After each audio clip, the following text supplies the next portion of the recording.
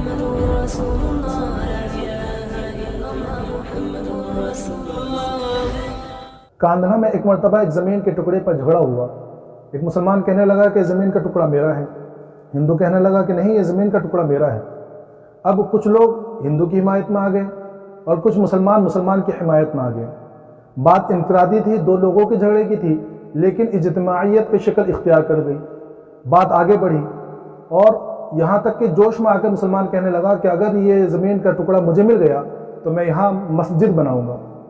ہندوؤں نے جب یہ بات سنی تو انہوں نے کہا کہ اگر یہ زمین کا ٹکڑا ہمیں مل گیا تو ہم یہاں مندر بنائیں گے. مقدمہ بہت آگے بڑھا اور مقامی عدالت میں جو ہے مقدمہ پہنچا.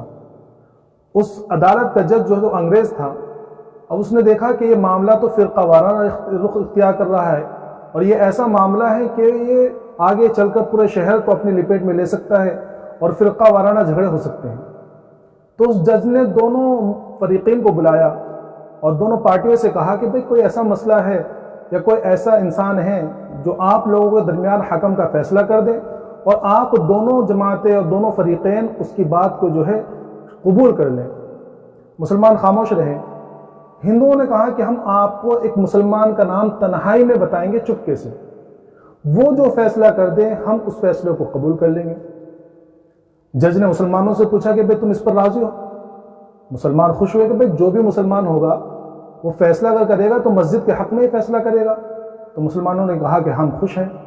عدالت سے جب باہر نکلے تو مسلمان بڑے خوش کہ بھئی ہمارا تو فیصلہ ہو گیا، اب تو یہاں مسجد بنے گی. ہندوؤں نے اپنے پارٹی والوں سے پوچھا کہ بھئی کیا مسئلہ ہوا، کیا فیصلہ ہوا اندر؟ تو انہوں نے کہا کہ ہم نے ایک مسلمان کا نام بتایا ہے جج کو، وہ جو فیصلہ کریں گے جو ہے ہم اس کو مانیں گے. اب ہندوؤں میں مایوسی چھا گئی کہ پتہ نہیں کیا فیصلہ ہو.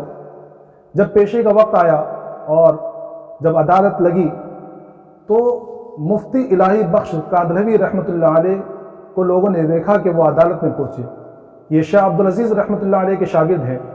مسلمان بڑے خوش ہوئے کہ بھئی اب تو فیصلہ ہمارے حق میں ہوگا کیونکہ مسلمان ہیں، دیندار ہیں، مسجد ہی کے بارے میں بات کریں گے. لیکن حضرت کو پورا معاملہ معلوم تھا. تو جج کہنے لگا کہ حضرت یہ بتاؤ کہ یہ زمین کا ٹکڑا کس کا ہے؟